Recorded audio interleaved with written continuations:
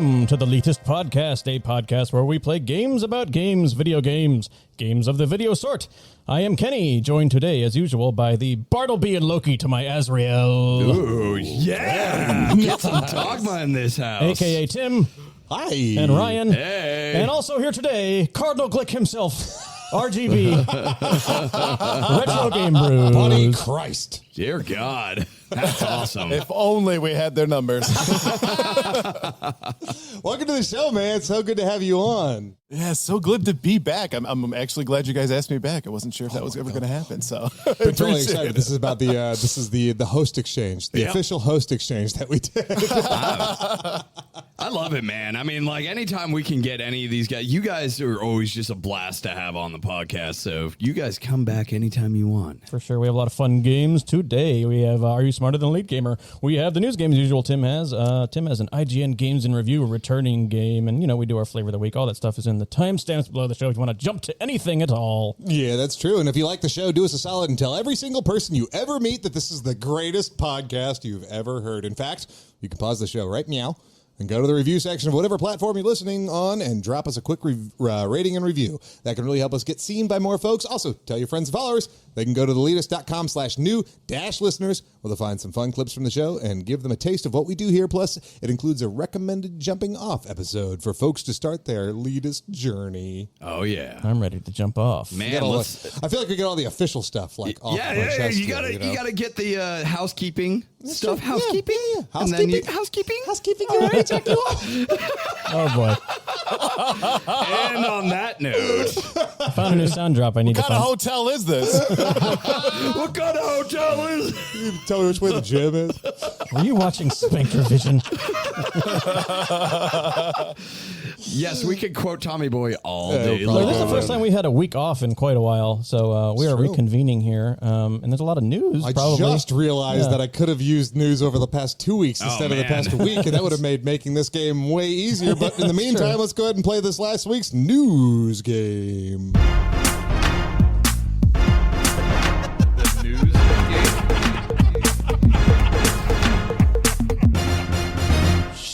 Every episode, we like to take a brief look back at the gaming news of the week and give our 2 cents. But of course, on this show, simply reading the headlines ain't lead enough. We got to make a game out of it. I'm going to read off some quick-fire fill-in-the-blank gaming news questions for my lucky contestants, and they'll have 30 seconds to answer them. Okay. RGB, you're on the show. You have the option, the guest option. You may participate in the news game, or you can sit this one out. I'll leave this one up to you. Which do you think? Put me in, coach. That's I'm ready to play. right. I would have figured as much. Because Gamers Week podcast, which we haven't really talked about. Yeah. RGB being on here that much, but Gamers Week they do like deeper dives into the news, and they're really good. They got like a lot of insight into it and everything, So whoever is going up against him right now should really be afraid. Okay. Which of you is going to be brave enough? I'm gonna let you volunteer. Oh, Kenny, do you want to? Sure, I'll do it. Yeah, you why want not? to take the lead on that one? All right, Kenny. So you're gonna decide who goes first. You're gonna call in the air, heads or tails. heads. Oh my God. Kenny's gonna go first, and then we'll go over to RGB. And so, Kenny, you ready? I'm ready. Let's go. Go. Ubisoft held an event this week introducing many new ideas and titles, including like 1 billion different offerings from the Blank franchise. Assassin's Creed. Correct. In a recent update, Multiverse has removed Velma's ability to blank. Instead, she calls the Mystery Inc. gang to take the bad guys away. Kiss. I have no idea. Call the police. Microsoft announced a new Blank controller. This one priced $50 less than the existing model, but also won't include all the same bells and whistles. Elite? Correct. Oh, good. Along with announcing an English dub of the anime and the DLC update next year, CDPR just released an official Blank for the PC version of Cyberpunk. Patch? Modding tool. Modding tool. Wow, Oh, cool. Yeah, there we go. Make cyberpunk fun again. I'm actually really looking forward to that. I think... You think that modding community can reinvigorate this whole world? I mean, look what they did with all the Bethesda stuff. But those were good to begin with. Okay, all right. Have you played Shots some... fired. Oh, right, exactly. RGB, I know you do more, like you're into a lot of retro stuff a lot of the time, but did you give Cyberpunk a go? I wanted to, I really did, but I never ended up picking up when it came out, and now it's just, it's It's a desirable game I would love to get into because I understand it's a lot better now than it was when it first came out. Yeah, exactly. Yeah, I mean, I think this is like the perfect game to wait on. You know what I mean? Wait until they got everything out and they release that bundle that is $10, $15 where you get the whole game plus the DLC, you know, because they botched the release on it. You know what I mean? But with this now, with like a modding tool, if they can support that as robustly as Bethesda has managed to with all their modding stuff, you know what I mean? Like this could be good. Yeah, like, I mean, I'm not opposed to anyone who likes Cyberpunk, man. I will not say, man, what's wrong with you? It's if you enjoy it, you enjoy it. It was good. But non-controversial shows rarely get attention. So I'm going to say this right now. Whoever likes Cyberpunk right now is dumb. They're super dumb. Super dumb. Hey, I like Cyberpunk. I beat the game. I played it stupid. a full and a half time. I mean, probably like 60 hours. Did you finish? You finished it? Yeah, absolutely. I never finished the full game. I've meant to. I just didn't get as like deep into it as I feel like that is the epitome though of the patient gamers actually getting rewarded. Like if you like Cyberpunk, you waited on it. Now you're getting like all of these things, you know. So I think it'll be worth it, man. From the experiences that I had in that game, there was some shit that was not fun. But you there's know what I mean? Like diamonds there, and it's like God, so many diamonds. We need to in that take game. the diamond stuff, Agreed. and then you know. So this one's pretty funny. Multiverses.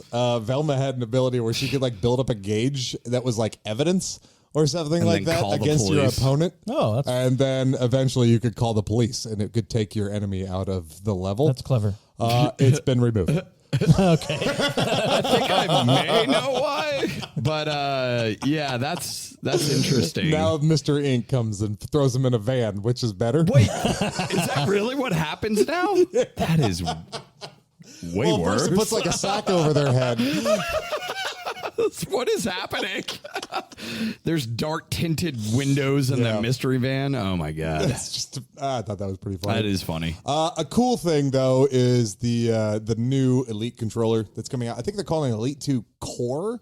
I want to say is what the name of it is, and it's going to have In tradition of Xbox naming conventions. I think it's going to have like the back pedal still, and it's going to be like more heftier and everything. Yeah. But yeah, of course, it wouldn't actually sound like something. You How much do they give a price point on that one? $129.99 rather That's than actually- $179.99. The difference is though is they're not releasing optional replacement Oh, but it's I'm okay with $129 that. for an official Xbox $129 controller for that? That's with not back bad. pedals. with back pedals. That's Not amazing. bad at all. Yeah, that's great. That's Yeah. really I may get one. We've had this discussion before. I may get one. RGB, do you play games with back pedal? Back paddles? I keep saying this. I sound like Ryan right now. Hey! I battle. I mostly stick to my Super Nintendo controller, so no. Ooh. What if you put back pedals, Paddles. paddles? No, a pedal, like a flower pedal. Like a flower pedal, Yeah, yeah. you put back paddles on your SNES controller. I'd be down with that. Yeah, maybe. What do you think? I feel like in place of having to hit L and R, you have the. Fair. I mean, a lot of people playing modern games are into Elden Ring and the Souls games, and it changes those games drastically when you do not have to do that crazy claw grip with your finger. It's about running, more so than anything else. The sprint button, yeah, it's because those games require you to hold down a actual button and not click in a thumbstick. I love it too, and I'm playing Rogue Legacy 2. I'm using it for dodge, which is great. Can we just bring back voice controls and just go, That's how you sprint. I mean, I've been liking because the Steam Deck has a bunch of back paddles, and I've used those quite a bit with a lot of games like Arcade Paradise, And which we've is mentioned awesome. it before, but Switch owners look into the Binbach, which I own, also has back pedals. It's great. Yeah. That actually is a game And changer. Like bigger I've buttons. been enjoying the crap out of that. Yeah. I want to know what you've been playing on Super Nintendo recently that you're not interested in all this. Lufia 2. I play through it once a year. So. Interesting. Well, that's awesome. Oh my God. I play through Chrono Trigger about once a year at this point. Was that? Yeah, that's usually my December run through during Christmas vacation is Chrono Trigger. For sure. dig it. Was that a recent find for you, Lufia 2, or did you what's the most recent game you found? Oh, the most recent one I picked up. Let's see here. Because I'm always interested. It's so cool. Like when people are like, I want diving for this, and I got it. For the regular Nintendo, I actually ended up picking up Ninja Gaiden 3, Ancient Ship of Doom. I've wanted that one for a while. I've never had it. Okay. And, finally, some guy was selling it on Facebook Marketplace. Nice. That's a good spot for it, man. What is Lufia 2? It's a sequel to Lufia. Well, okay. I'm ignorant to this. So No, it's okay. Pitch it to Yeah, me. go What ahead. is it? It's a fantastic JRPG. It's really set up similar to kind of the way Dragon Quest is, where you're behind the characters and they, of course, attack the enemies in front of them. Lufia 2 is actually, spoiler alert, the prequel to Lufia 1. Fantastic series. Bigger fan of 2 than I am of 1, and I think that's probably the consensus for most folks. But I don't want to give away too much because as soon as you jump into the game, there's a lot of spoilers, so I don't. Yeah, Cool. All right. But it's a lot of fun for sure. I haven't played much of Lufia 2. I think I briefly started at one point, and I remember going into the battle scene and this looks like Mystic Quest. This is so fun. Oh yeah. Yes, it does look like Mystic Quest. Now that you point that out, Totally does. even like the art style is fairly similar. Yeah, for sure. Okay. Oh, there's one more thing. Did any of you guys watch the Ubisoft event? Did you watch Yeah, I all did. All right. So why don't you give us a quick rundown please, of all Kenny, the 'cause things Assassin's I actually Creed? missed that. Okay, so there's been a long rumored thing about Assassin's Creed Infinity, which was, people thought was going to be this big shared Assassin's Creed live service MMO or something. But what it really is just a it's kind of vague what it is. They just say it's a platform. It might be an app or something that connects the different Assassin's Creed games they're coming out with somehow. But it's not one game. It's just like a platform of some sort. I have no idea. Anyway, so there's Assassin's Creed Mirage, which is a Netflix show. Yeah. Hexe, which is a witch hunting Assassin's Creed game. Red, was Project Red or something? That's the next What's happening? mainline Japan one. And then there's mobile stuff too. There's like 500 Assassin's Creed game coming out. So there you go. They just vomited Assassin's Creed stuff. It's like, ugh. I guess give the people what they want. You know what I mean? Sure, man. But it I seems mean, like, you know what I do like though? It seems like they're going in a direction where they're like, oh, we changed things with Origins and Odyssey and made it like more, more RPG style.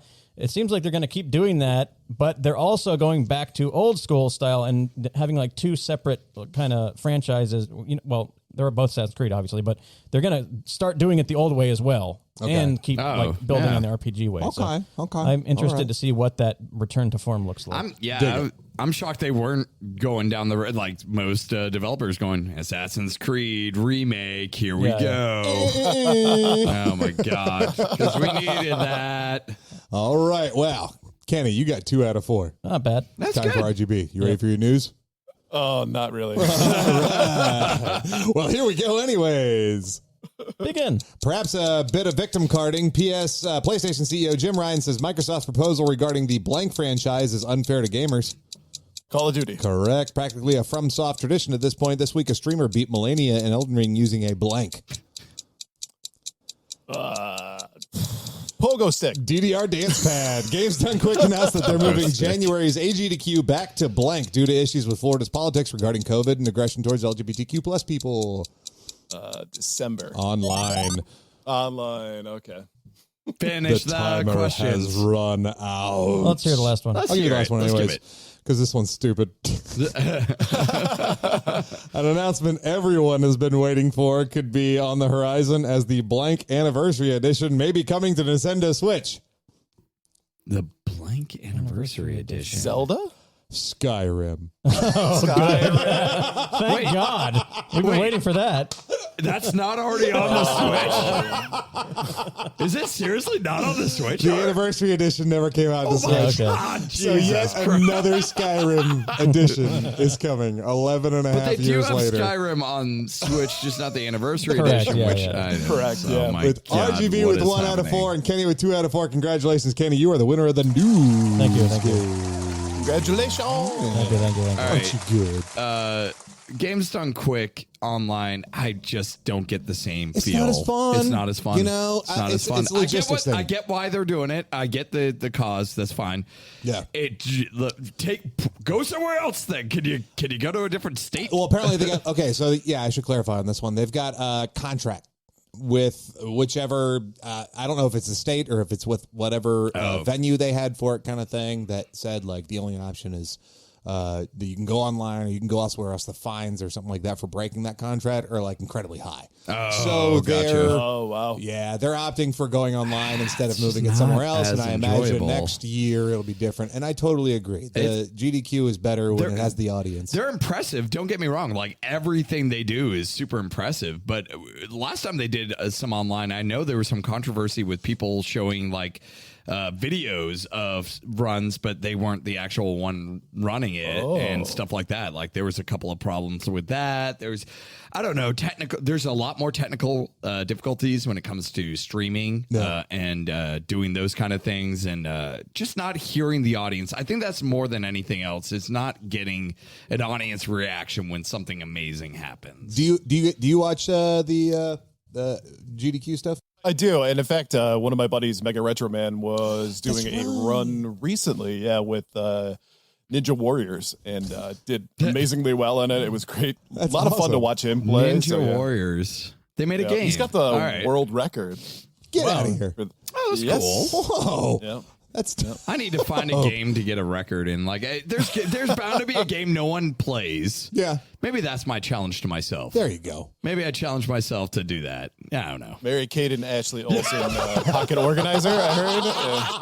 I might have Very competitive. Yeah, I might have some ideas for like you. a Game Boy game that like no one's thought of. In my trivia today, I might have some ideas for you there. Okay, Yeah. right on. there you I dig go. it. I dig it. Yeah, I want to be the first to do X on that. Yeah. It is a tradition at this point for FromSoft games to be beaten with a DDR dance pad, and it's one thing to beat the main boss, but it's another thing to beat Millennia. Millennia has been defeated with a DDR dance pad. Oh my God. Yeah. I can't beat it with a controller. Yeah, that I always said that those I was always a huge fan of Punch Out, original Punch Out. That's the kind of fights in the Souls games that remind me of like learning the patterns of Mike Tyson, and Millennia is kind of akin to that. Absolutely. Yeah.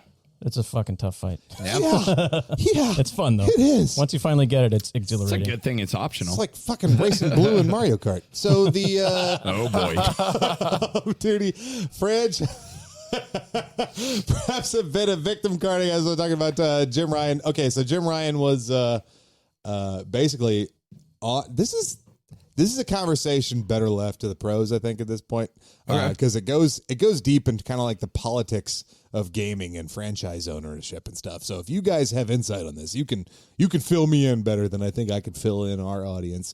But this is all about that controversy about Call of Duty and how Microsoft is taking control of that franchise and how PlayStation is at this point almost saying, like, on behalf of the gamers, you are screwing it up for everybody. You're making, Call of Duty an untouchable game, like what do you have any thoughts on that? Or their thought process, like it's almost monopolistic to have a franchise like Call of Duty owned by a like Microsoft studio, and they're still releasing on PlayStation. Yeah, apparently there's this like term limit, this like arbitrary term limit that's popping up. Yeah, like but Call of Duty is only going to be available to PlayStation players for the next like 3 years. Yeah, but like what benefit would Microsoft have to not have it released on other platforms? They would get more money if they released it on more platforms. Well, there's a hell of a lot of gamers who, when they're choosing a PlayStation or Xbox,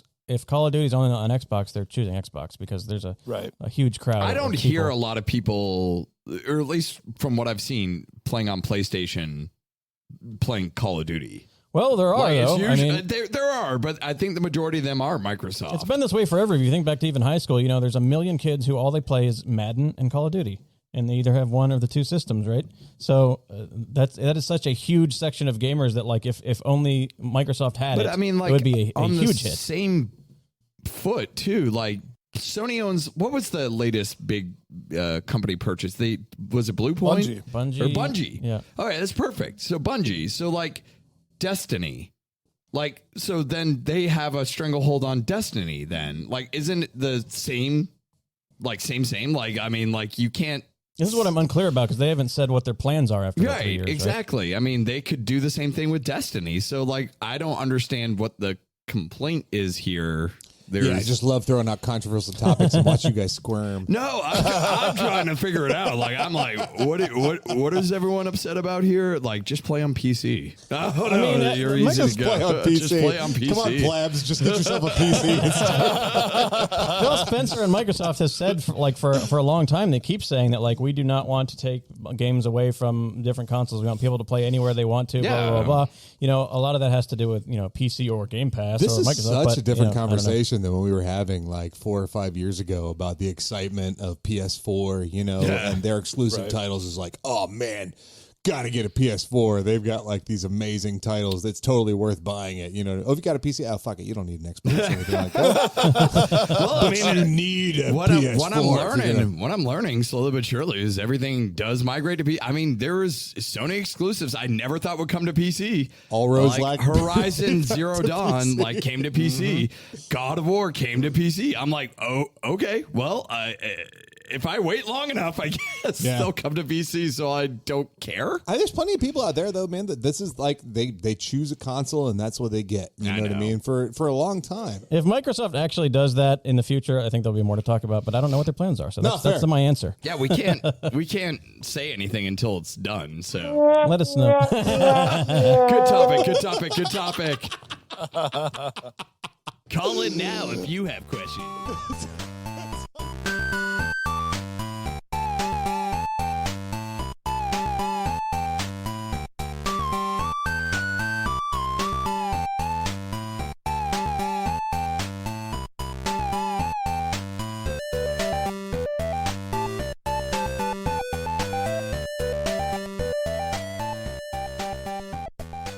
Well, you guys want to play a game? I am ready for a game. I know it's been a few minutes, but I don't know. I'm hankering for a different one. Yeah, let's do it. I have a game. What you got? I have a perfect game for this moment in time. Banter. That asks the question, are you smarter than a Leet Gamer?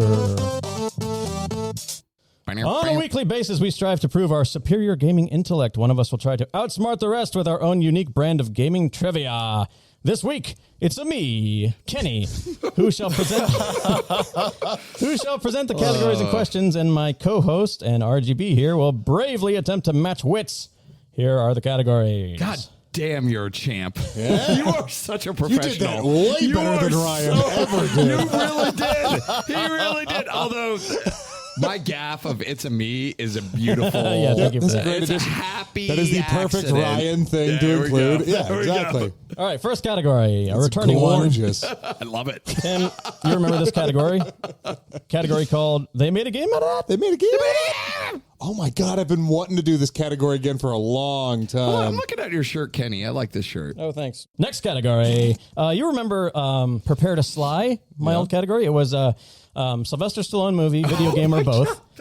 This one is Schwarzenegger movie, video game, or both. And it's called I guess it's called Prepare to Swartz. I don't know. Prepare to Schwartz. I see your Schwartz is as big as mine.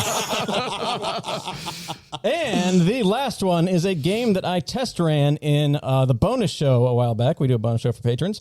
And this is going to take a little bit of setup here, which I'll probably edit out a lot of, but this one's called Wiki Libs, and it's even a shorter version of Wiki Libs, in which I'm going to give you a sentence from a game's wiki with some Mad Libs plugged in. Oh boy! And you're going to tell me the name of the game. Yeah, we did that recently, didn't we? But to make this quicker, and I'm going to plug in the same names and stuff for every single one of these. So you're going to give me 2 male names and 2 female names. Okay. Do we want to do this as a group? And they're going to be in all of these, so make them good. Yeah, you guys can talk it out. I'll edit this if it gets too long. 2 male names and 2 female names. Yep. Throwing out there, RGB. Horatio. Okay, Horatio is the first male name. Got it. I played Horatio in 6th grade. Oh, yeah. Yeah. Hamlet? I was in Hamlet, yeah. Yeah, there we go. Yeah, I got it. Start thinking of another male name and 2 other female names. Sans. Samsonite. I was way off. Lloyd Christmas. Yeah, Lloyd Christmas is always good. Throw Christmas. Lloyd Christmas in Okay. all of that. And Mary Swanson. You got Shakespeare and Dumb and Dumber. Perfect. And Mary Swanson. Slappy? Slappy, Samson. Did you say Mary Swanson for one of them? Sure. Yeah. You don't want to leave now. There, bro. I've got Courtney Cox on my brain now. Courtney so Cox. Yeah. Courtney Cox. I like Courtney Cox. Make it Courtney Cox Arquette. Okay. Yep. To make it official. Oh my God! What year? What year is this? It's the Courtney Cox Arquette from the music video. What was that music video that she was in? Dancing in the Dark? Yeah, it's Springsteen, right? Yeah. Yeah. Okay, I got all the names now. That's what I was singing. how about- Come on to leave now. Crystal to fire. An adjective. Oh, I feel like we're gonna get a DMCA claim on that. It was too good. Too good. Slippy. Slappy. Oh man, that was really slappy. Slappy. I guess Slappy works. Slappy. okay. Slap happy. Slap happy. Slap happy. happy. Perfect. Yeah, Slap that's a happy. good I'm gonna An article of clothing. That's another 90s thing. Slappy the Slap Happy Slappy. Squirrel. Do you remember that one? Also, Slappy was the name of the dummy from the Goosebumps dummy series, Night of the Living Dummy. Oh wow, Good deep pull. cut. Yeah. You're welcome, RGB, give me an article of clothing. Banana hammock. Okay. I wore one of those. We'll talk about that later in Flavor of the Week. It's going to be worth it. Yeah. Stay tuned, folks. Things are going to get weird. I immediately regret this decision. A profession. Oh, I just wanted to tow truck driver again. We can do that. I sure as hell ain't your tow truck driver. Truck driver. It is hard to say. It is. A body part. Oh boy. Go on. Yeah, you're ready. Try not to think of something terrible. Clavicle. Nice. Okay. Yeah, classy. Talking That's about classy. my clav. One more thing. Okay. A made-up word. Flemgenst. Flemgenst. Can you use it in a sentence? That's perfect. I love that. Spell that. Can you use it in a sentence? No.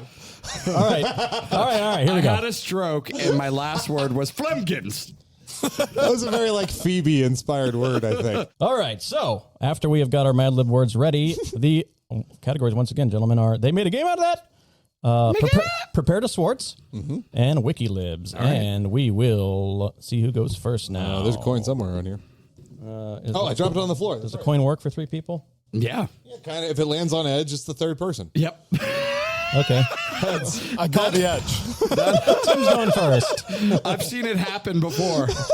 Tim, they made a game out of that? Let's do they made a game out of that. I love that category. Okay. I'm going to give you 4 movies. You're going to tell me which one was not made into a video game. Okay. Are you ready? Yeah, I'm ready. Last Action Hero, Kindergarten Cop, Total Recall, True Lies. Kindergarten Cop. Correctamundo. Kindergarten Cop. Wait, that's a point for Tim. They made a game out of that, or is that the Schwarzenegger one? Because Schwarzenegger, see, he appears multiple times in this quiz. okay, I'm like, where? Which one's Schwarzenegger? That's a different one. There's All a right. lot of Schwarzenegger Schwarzenegger crossover. question. Ryan. Let's see what the Schwarzenegger Prepare is. to Swartz. Prepare to Swartz. All right. This is a press your luck category. You have a total possible of 3. You can get 3 in a row, or you can get 1 and stop, or you can get 2 and stop. You're going to tell me whether the title I give you is a Schwarzenegger movie, a game, or both. Okay. If it's a movie that was turned into a game, that would be both. Or if it's a movie that happens to have the same title as a game, that would also be both. You understand? Gotcha. Oh. Yeah. Here we go. Nice. Okay. All right. This is good. I like this. The Go. Last Stand. The Last Stand was a. Shit. Was that the fucking? We're off to a great start here, folks. I'm gonna say movie. Both. Was The Last Stand the one with the devil and Schwarzenegger? No. I have no idea, but I'll give you guys a hint for this one. There are a lot of video games in the world, so if there's a title, there's a good chance it was. Sometimes it's not, but a lot of the times it is. Yeah, you did explain that, and I totally blanked that. All right. It could be a video game not related to Right. Schwarzenegger. All right, with that name. RGB. Which one would you like? Anything but the Mad Libs one. Okay. They made a game out of that, or Prepare to Swartz. Do Schwartz and just say both. Let's do it. Never Okay, Roberto underestimate Schwartz. the power of the Schwartz. Right. Schwarzenegger, game, or both? The Sixth Day. That's the devil one. That's definitely a movie. I don't know if they made a game out of it, though. We're going to go with both. I'm sorry, it's just a movie. That's the one I was thinking of. Yeah, I remember that one. Let's do the Mad Libs. I'm ready. Yeah. Okay. The Wiki Libs. This is a sentence or two from a wiki from a game with some Mad Libs plugged in. You can tell me the name of the video game. You ready? I'm ready.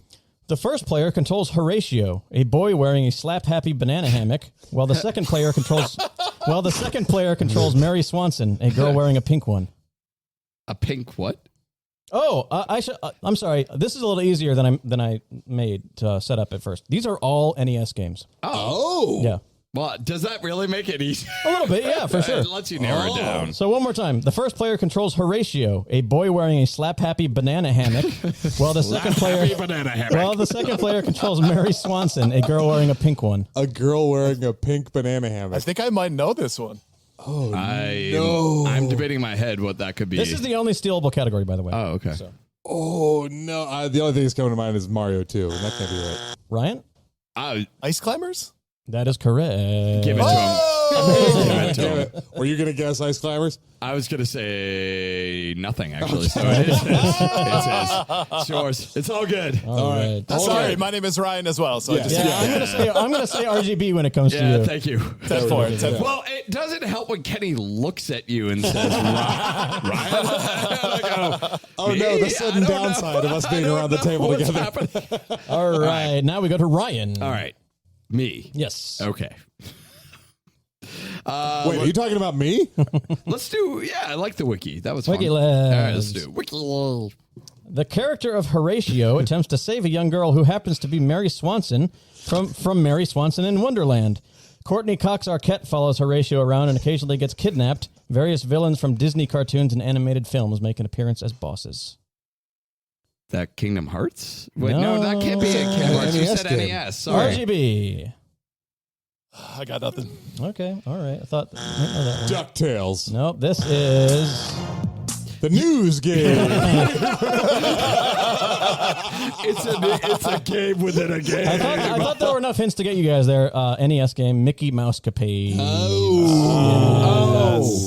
Nope. Yeah. Nope. Wouldn't got there. RGB, you're up. All right, so why don't we do... They made a game out of that? All right. Oh, thank you. Good. Well Here's done. four movies for you. Which one was not a video game? Point Break, The Rocketeer, The Hunt for Red October, Cliffhanger. Ooh. Point Break was not a video game. Correct. Yeah. Amazing. Point Break was not. And I a remember video how game. crappy that Rocketeer game was. Oh, it's so awful. So bad. But it's a good movie. Tim. I don't know. That sounds like it'd be pretty fun. I guess they really fucked that one up, did they? Oh, they did. Yeah, okay, fair enough. They certainly did. Prepare to schwatz. Prepare to swats. Nobody's gotten the first one right to continue on and get more points in this. So here we go. Ready? Here's my chance. Say both. Schwarzenegger, game or both? Escape plan. Both. Correct. Would you like to press your luck? I'll do it. Okay. Both. End of Days. Movie. Both. I'm sorry. Always say both. It's not always both. When in doubt, It's say not both. always. Say It's both. just a lot of the time. Okay. What is End of Days, the video game? I don't know. Ryan. But I Googled it. Good It's a answer. game. Good answer. Good answer. Let's Baseball's the lunch say box. they better get Hey, man, okay, man. That is the four movies for you. Fight Club, Fifth Element, Reservoir Dogs, Con Air. Which one is not a? Not a video game. I remember the Fight Club game. There's That was for no PS2. fucking way It was that Reservoir terrible. Dogs is a video game. Wait, what were the other ones? Fight Club, Fifth Element, Reservoir Dogs, Con Air. I have to say Reservoir Dogs. It's Con Air. I'm sorry. No, they made a Con Air game. There is. They no, certainly They did. didn't. Oh, look it up, buddy. I did look it up. Someone has made. I'll tell you what. Someone has made an image of an SNES cartridge with Con Air on the front for fun, but there's not an actual It was game. like an SNES game. I played that one. Why didn't you put the trivia back in the box? There you go. All right, Hold on. I'm looking it up. go ahead, look it up. Next In the meantime, would RGB, be you're RGB. Let's do our wiki libs. Okay, labs. I Here was we go. excited about it. Here we go. It follows teenage protagonist Horatio as he attempts to rescue his girlfriend Mary Swanson from a mad tow truck driver whose mind has been enslaved by a sentient... Oh, I missed a noun. Give me a noun. Oh, boy. And I'll start that over. Dr. Pepper. Okay, sure. All right. Yeah, start that over. It follows teenage protagonist Horatio as he attempts to rescue his girlfriend Mary Swanson from a mad tow truck driver whose mind has been enslaved by a sentient Dr. Pepper. The player uses point-and-click interface to guide Horatio and 2 of his 6 playable friends through tow truck driver's mansion while solving puzzles and avoiding dangers. Maniac Mansion. Maniac Mansion is the correct answer. You can microwave the Dr. Pepper. I think I saw the same picture that you did, man. That's what fucked me up. That's stupid, Etsy. Hey, for what it's worth, I goddamn. totally got that reference. All right, Tim. These are Reservoir Dogs. Okay. Let's do, I want to do Prepare the Schwartz again. Prepare to Schwartz. Here we go. Schwartz. Schwarzenegger movie, video game, or Prepare both? the Schwartz. Red Sonja. Sonja. Red Sonja. Game. Just a movie. Wow, I was totally wrong on that one. Okay. Ryan. That How about a same, spelling contest? that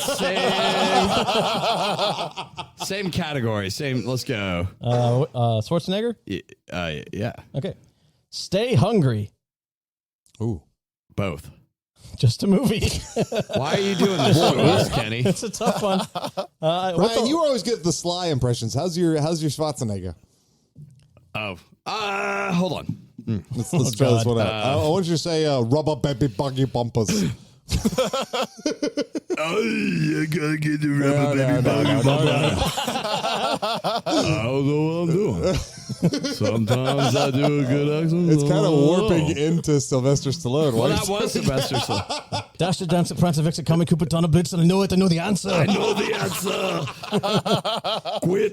Quit it. All right, now I'm lost. That Get was to the chopper. That was him, right, Ryan? Yeah. Okay, Yeah. RJB, you're up. Me, Ryan. Why don't we do another Schwarzenegger? All right. Say both. The Running Man. Ooh. It's definitely a movie. Mm-hmm. Did they make one into a game? It's such like a gamey plot. It's hard to... I'm gonna go with just a movie. It's both. I told you. Ross, Ryan, I told you. This I is said both. absolutely ridiculous. I told you always say both. All right. Except when it was mine. Tim. They made a game. I didn't listen. You didn't listen. They made a game out of that, Tim. 4 movies for you. Which one is not a game? Love that. Here we go. Mission Impossible. Jack Reacher. Minority Report. Days of Thunder. Jack Reacher. Correct. Yeah, no one wants to play Jack Reacher. What was that one Disney movie that came out that was called like John something or other? John Carter. John Carter. Here's a tip, movie makers.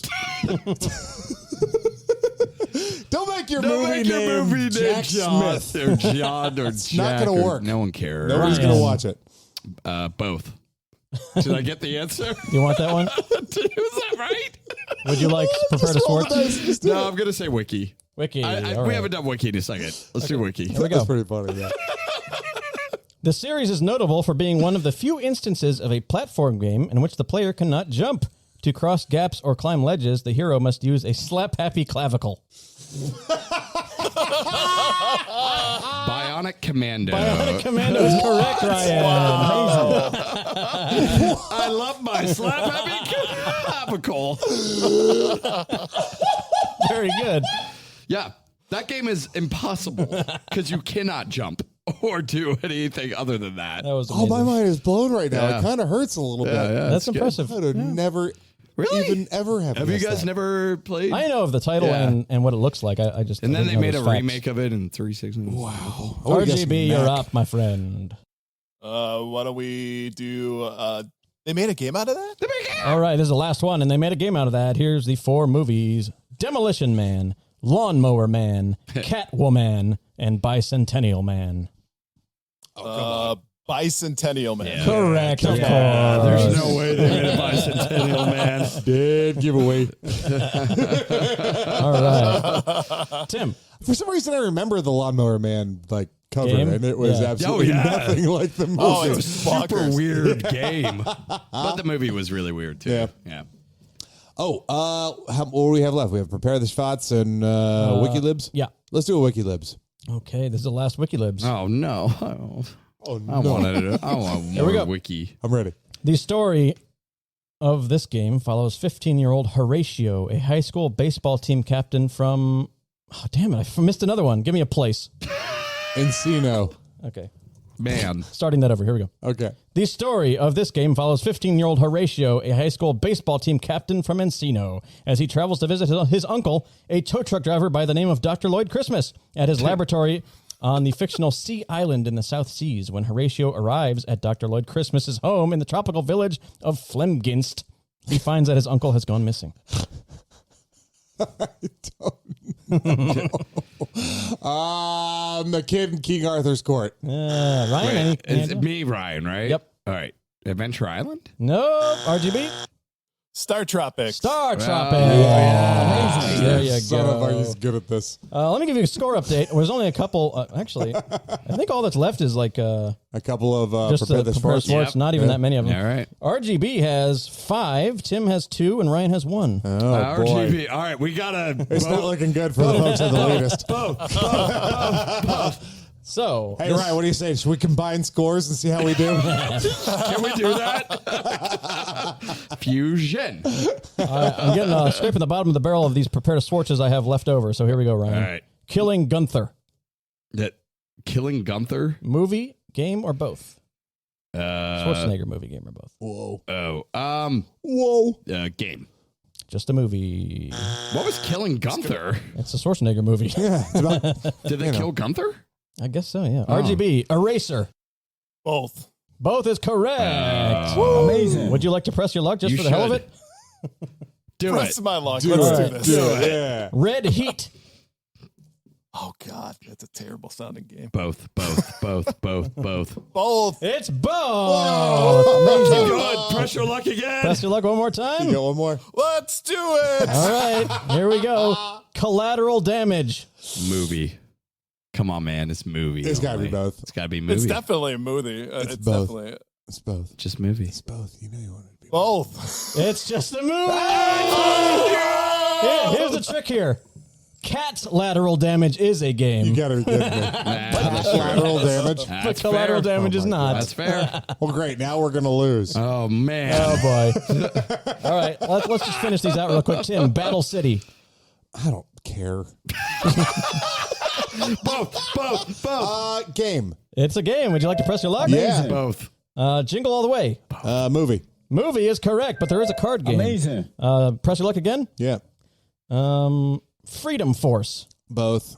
Just a game. Fuck. I was close. Actually- that was almost like smooth, Did right? you figure the pattern out? I feel like you figured the pattern No, but it out. almost looked like I really knew what I was doing. That yeah, one's a it little did. tricky, too, because it is a movie, but just not with Arnold Schwarzenegger. So Oh. sorry to tell you. Oh, gotcha. But with that, RGB with a... Can't believe you gave me Wait, I want one. Can we just clarify that you gave me a trick question on that category? I don't think it would have mattered anyway. RGB with 5 points to Tim's 2 and Ryan's 1 is the winner, and he is smarter than the Leetist gamers. Wait. It would have mattered. Oh, you would have tied, I guess. Yeah. Well, it is kind of a trick question. Fine. Fuck me. So I lost. All right. Okay, cool. Fair enough. I feel a little bit better. Freedom Force. Freedom Force is not a game? It's not a... It is a game. It is not an Arnold movie. We got spanked. So what was the trick? The trick is it is a movie, but not an Arnold movie. Oh. Yeah. Yeah. I got tricky. tricked. Gotta take a second here because it's time to give a shout out to our incredible patrons. A couple of exciting announcements this week. We got a new patron alert. Thank you so much to Darth Stridius, who most recently joined the Discord and has been hanging out with us. Been awesome getting to know you and chilling with you in there. And now he's a Leet Gamer, top tier patron of the show. We really appreciate your support. So big ups to Darth. Also, new patron upgrade alert. Our wonderful and amazing friend Ross Varner, who supported us through our endeavors in many ways for many months now, ever since randomly coming across us on Twitter one day, he upgraded to top tier League Gamer status. So for that, we say thank you so much, man. We love you, brother. And of course, those who continue to support the show, aptly dubbed, Cy wrote this. Zach, huge thanks to you, our friend here on the show, RetroGameBrews. We so much appreciate you. Woo!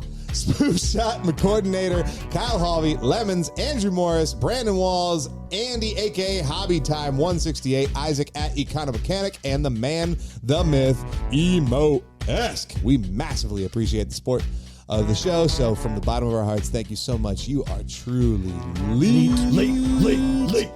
Patrons of the Leetist can get access to all kinds of goodies from us, including show shout-outs, bonus episodes, experimental content, game transcripts, and whatever else we can think of. Your funds help us with upkeep, equipment upgrades, prizes, and merch. What else?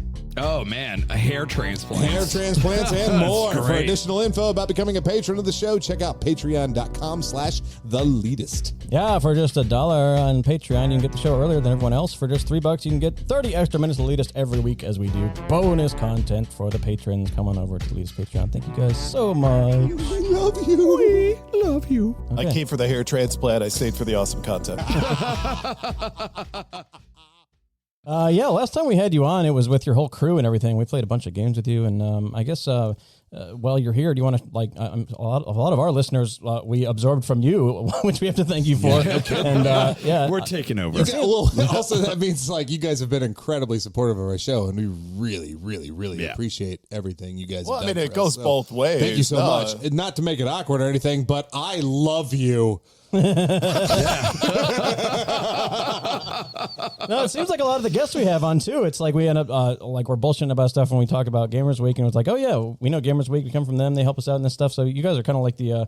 It seems like you have like cultivated this kind of community of podcasts surrounding you and people that look up to you guys, and kind of this listenership that is shared between all of us. It's really awesome. You know, and the beauty of that too is that, you know, when it comes down to it, being able to kind of share amongst each other, having these spots on, you know, where, you know, obviously Tim has come on the podcast, and then, you know, us having an opportunity to come on here, that just it strengthens that community. It makes people a lot more familiar with some of the content that you guys provide, and that makes you know, the options that they have for entertainment that much bigger. So it's an awesome thing to be a part of. And, you know, we just started doing this basically just announced it in December of last year, and the reception that we've gotten from the community and everybody who's been a part of it, it's been fantastic. And getting a chance to, I mean, you guys, I think, were the first show that we went on as part of Gamers Week. So that was, it's almost like, you know, you guys hold a special place in our hearts for sure. Never forget your first show. Never forget your first. Never forget your first.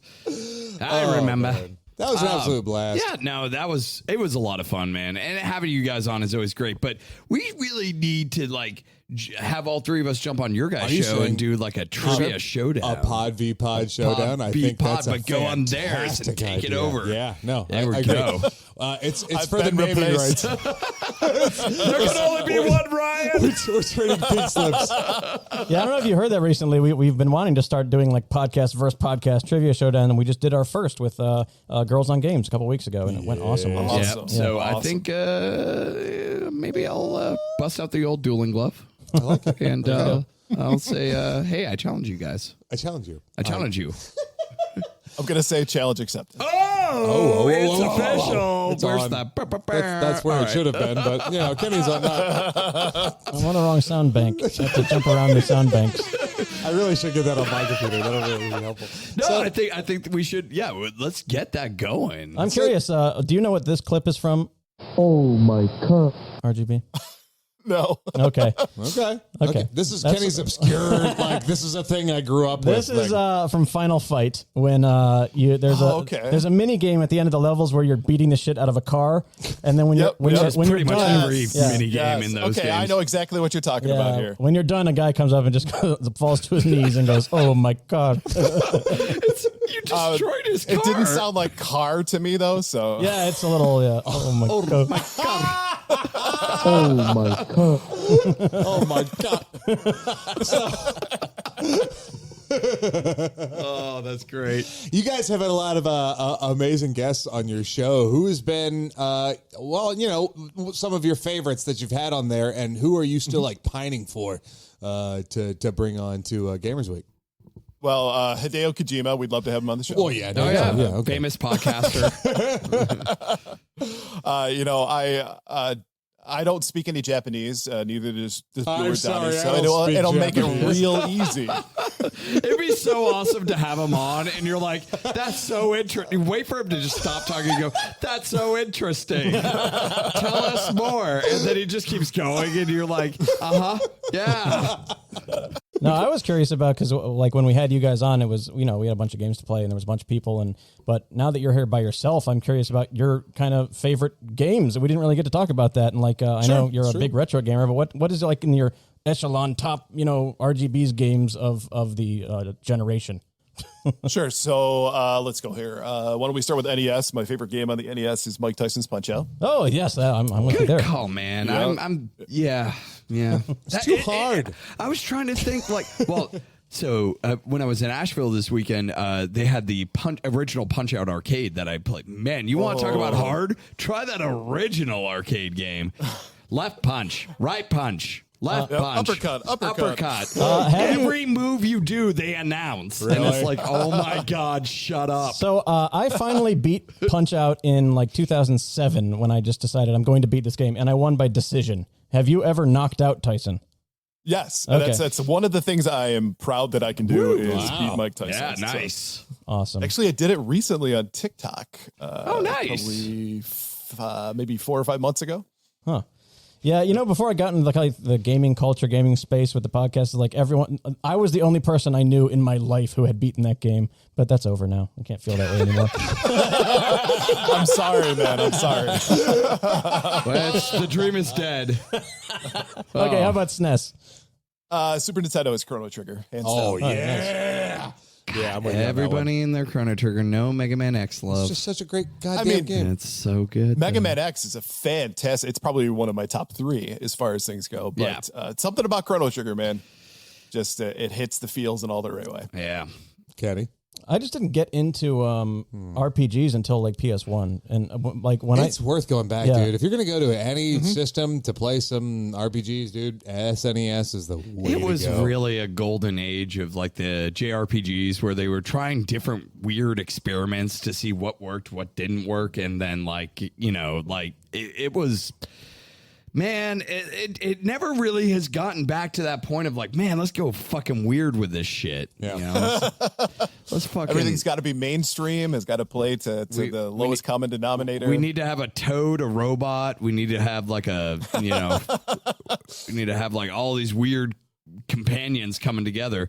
A girl with a tail, That's right. Yeah. Like even like looking at like a Suikoden game or Suikoden. How do you pronounce that? Suikoden. Suikoden, I think, is the way I'm going to always pronounce it. Like a billion characters you can play as in that game. Oh, yeah. Like we don't have RPGs like that anymore. It's like here's your 2 main guys that you can choose from. It's cliche, but SNES always makes me think of Donkey Kong Country, because I've said on the show before that the only 2 games my mom played were Donkey Kong Country and Adventure Island on NES. I'll say though, that's impressive if they can do the Donkey Kong Country. She loved both those games so much. Did you know that there's a secret in that when you go on the little mine train thing, where if you jump off to the left of it before you start, it actually has a barrel that will shoot you to the very end of the stage?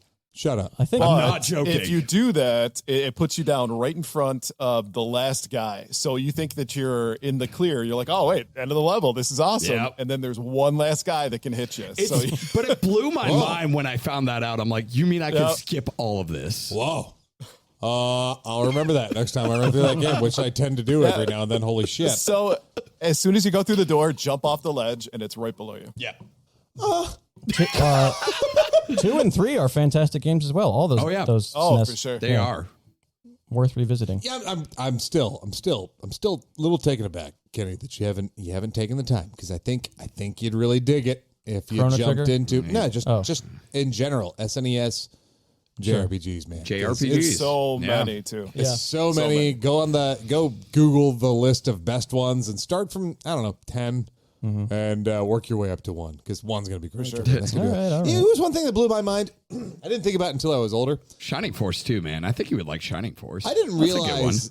I didn't really think about it or understand how kind of cool and unique it was that Final Fantasy VI, / Final Fantasy 3 was in like a steampunk setting. Like I never got that. I didn't understand what that was. Well, and then as an adult going back to it, going like, Oh, this is pretty dope. Yeah. Steampunk setting. It's very interesting because it's almost like you started seeing the fantasy settings at the very least. Well, I mean, it is 3, so it is technically the third one. But like those fantasy settings started getting more modernized, like as the Final Fantasies started going. But then like they kept that fantasy element. But then when 9 hit, that's what I liked.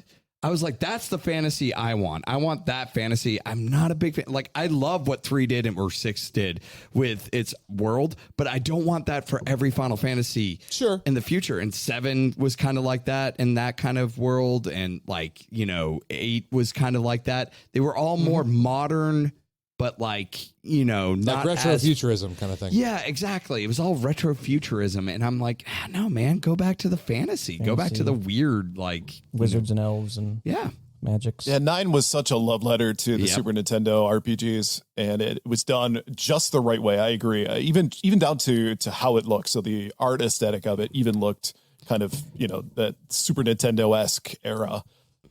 Could not agree more. And in fact, Vivi is one of my favorite characters in gaming of all time. He's incredible. The Black Mage himself, that's the architect of like all Black Mages, like moving forward from Final Fantasy Also, series. Black Mages, super dope band. Oh, yeah. Yeah. But Red Mages are better. Okay, but seriously. If you look up Black Mages, it's a band. I've heard them. Yeah, they're good. I mean, they're incredible. Yeah, Their version of, I think it's made up of some of the folks from, I mean, maybe somebody knows better than me, but it's made up of folks from like the original scores of these games, or within the same company. They do old game soundtracks and do like kind of like more modernized versions of them. Their Kefka's theme, Dancing Mad, is one of my favorite awesome video game remixes. I know you're a big Kefka fan. You like your Kefka. Oh, I do. Oh, Kefka. Oh, I did. All right, RGB, quickfire. Favorite Final Fantasy, favorite Zelda, favorite Mario. Go. Favorite Final Fantasy is 6. Holla. And favorite Zelda is Link to the Past. Keep going. And favorite Mario is probably, and I'm gonna do a clean sweep with the Super Nintendo Super Mario World. Yeah, makes Yoshi's sense. Island. It makes a lot of sense. Yoshi Island, yeah. Touch Fuzzy, get dizzy. Yeah, let's do it. I mean, you can't really get better than those games when you think about it. This SNES, I don't know. I feel like think we're a he's bunch right. of 30 to 40-year-old people saying that. But they hold up. They hold up so much better than even like. But you go up to like any like. Don't get me wrong. I agree. Yeah. Anyone that didn't grow up with that, you go up and you go, hey, play Super Mario World. I'll blow your fucking mind. They'll be like, I played like 20,000 games that are just like that, and it's like, yes. But this was the original. I feel like if I was a kid that played Odyssey for the first time and got into it as much as adult me has gotten into it, and I tried to go back to those ones, it would be harder. Yeah. You know what I mean? I mean, but like we have to appreciate. Feels. Like the thing is, you have to appreciate for what it was at the time and what it is to you during this period, but understand that as like just like movies, as there's more iterations of something, and it's like, oh, we've seen this before, but now they've added X. Yeah. Same with games. We evolve games, and games, get more influence from other previous titles. So, That's exactly why the first Matrix was by far the worst Matrix movie. Oh boy. If Link to the Past came out right now and it was just not a Zelda game, it was just some indie Skip game. that one. Don't you think it would? I mean, it would still Link get to a the lot of Past? attention. Yeah. Yeah, I think so. I think sure. in like the For sure. indie market for sure, like absolutely it would be, but comparatively speaking to folks that were raised on like the 3D open world like environment of maybe like Breath of the Wild, for example. Yeah. They'd feel a little bit different. They'd maybe feel like we don't think about the shortcomings, I don't think, as much of the games that we loved and we grew up like that. The little things that don't annoy us because we know them or we understand them or we've got that familiarity with them kind of thing. This is like my problem. Going back to like GoldenEye, right? Yeah. After playing, so many different twin stick, first person shooter games. Oh, for sure. And that's kind of that. Just I appreciate it for what it did for the time, man. Yeah. I mean, like, and it did a lot for the time, and it added. Like, that's the thing. I'm not going to say GoldenEye today still holds up. No one's going to say that shit. But what you're going to say is people that. Do. Well, people are stupid. All right. For what it did for a first-person shooter, for some a thing they added at the tail end of development for that actual game, because that was never really planned out until the tail end of it, and they're like, let's throw this in, it works. Sure.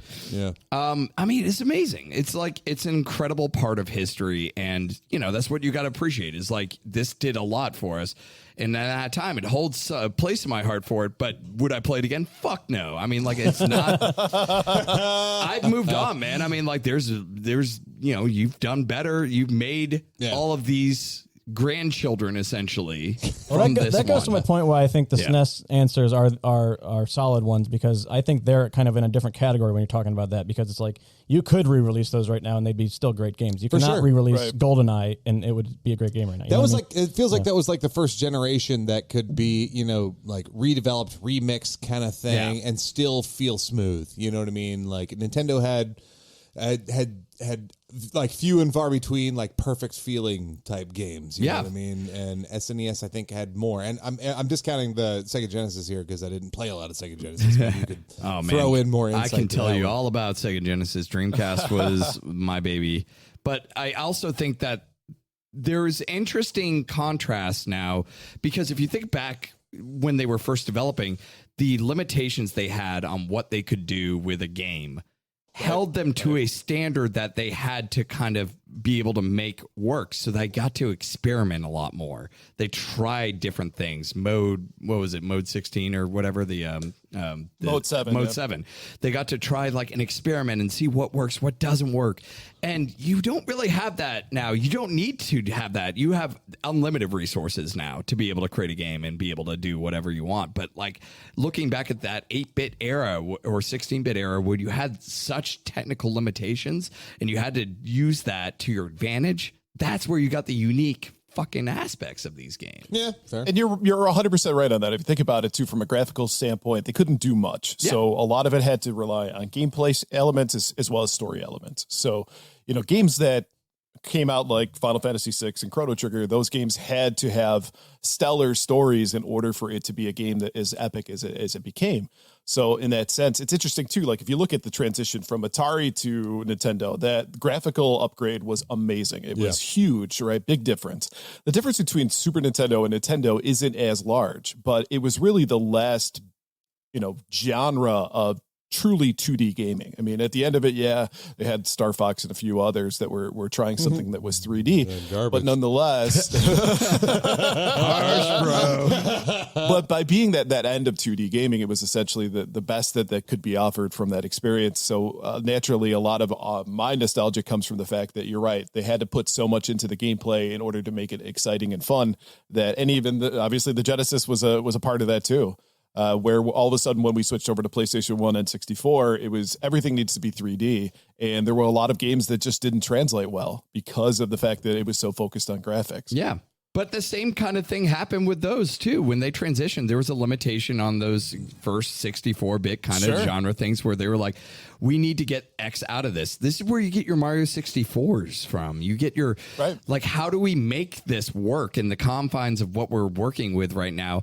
Instead of having open world Mario, it's like, well, what if we compartmentalize the levels and different painting stages and have different challenges for each of those? They worked within those limitations and made it work really well. That's what, again, we don't have that nowadays. There is no limitations on what people can do. So you don't get as unique experiences as what you did at one time.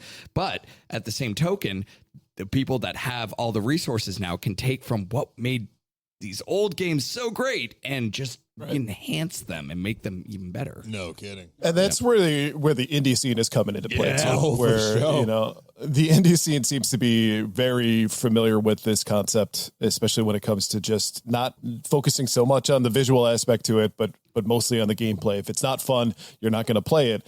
And they don't have the resources to essentially pay for a AAA development of a particular game. A lot of times we're talking it's, a handful of guys in an office somewhere creating these games.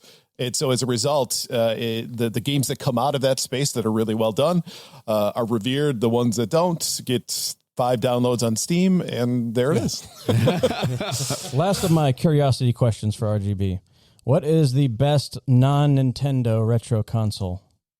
Sega Genesis. Okay, there you go. There we go. Good answer. Good answer. I was a Genesis kid as well. Well, the answer is Virtual Boy, but he's But that would be Nintendo. So. office rocker. You know. Yeah. Tell me about. ColecoVision. I mean, of course, you're on Gamers Week podcast, but you've got other projects that you work on and stuff like that. What else are you working on? What else is in your back pocket? So for the most part, it's focused on Gamers Week. Yeah. One of the things that we've been doing every single year, at least I've been doing every single year as well, is doing a charity stream with Stand Up to Cancer. Woo-hoo! We recently just did that. Yep. And raised $1,100 for cancer research. Absolutely. Well done. Oh my God. That's awesome. Let me say that was absolutely a blast to watch. I loved from the way you guys did your presentation on your stream, which is, I don't know how people coordinate and be able to do that kind of stuff. It is absolutely beautiful. But like, I love they got all the old Mario Kart commercials in between things, and I'm like, oh my God, I remember this commercial. This commercial was the reason why I got an N64, the Mario Kart 64 commercial. And coming from the serial extrovert that was involved in that whole thing, that was, of course, super fun. I really appreciate the invite. But along with that, just kind of hanging out in the lobby with all these wonderful people that I've been interacting with on Twitter, and now we're all just like talking and bullshitting with one another was so fun. Oh, yeah. Oh, my God. I enjoyed every part. I even enjoyed getting my ass kicked. I didn't even mind. It was great to get my ass kicked for a noble cause. Yeah, there you go. Yeah, no, totally dig it. Do you want to shout out, your stuff? Where can people find Gamers Week? Where can they listen? Sure. So Gamers Week is available. We drop an episode every Friday. It's on any podcast app that you listen to. So just search for Gamers Week. We, of course, are on Twitter at Gamers Week PC. We have a dead Twitch page, which is Gamers Week Podcast. We know all about that. Yeah, I want Twitch. I want to make Twitch work. Well, then figure it out. I don't know. Let us know. Stop trying to make Twitch a thing. It's not a thing. I just watch Mean Girls, so I get the reference now, by the way. This is the first time I watched Stop Mean trying Girls. to make Twitch happen. It's Yeah, not it's going not to going to happen. happen. I love it.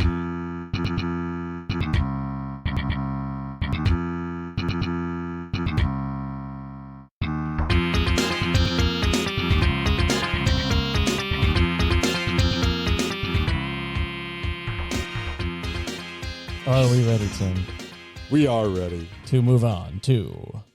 What's the title for this? IGN Games in Review. IGN Games and Review. IGN Game and Review. It's kind of cool how we that was a neat thing. Save But I like the idea of like an old news. I'll take that clip really and I'll good. put it on a Yes, song. There you please. Yeah, around the world, IGN Game Review. IGN Game and Review. An entire review video? Ain't nobody got time for that. Give me a nice, concise synopsis and a rating, and I'm good to go. IGN has been doing video reviews for years, so I've taken the verdicts from those reviews and made a game out of it. I'll play the verdict section of an IGN game review for my friends at the table and our guests and some scrambled keywords, and they'll have to guess which game is being reviewed. Are you ready? go. I am ready. This sounds interesting. We'll do it like Corn. Are you ready? I'm back in my fucking like high school years, hanging out in the fourth hallway with all the stoners. It was great. Got my Janko jeans on. Got my Janko jeans on my wallet. I remember when I was a kid. Hot Topic is booming right now. I'm going to cringe this one up a little bit. I remember I was in like sixth grade in elementary school because back in the day, sixth grade was in elementary school. And I had begged my mom. I was like, Mom, I really want some Jinkos. Can I please get some Jinkos? And she was like, fine, I'll get you some Jinkos. So she brought home some corduroys that just happened to be made by Jinko. Well, it says Janko.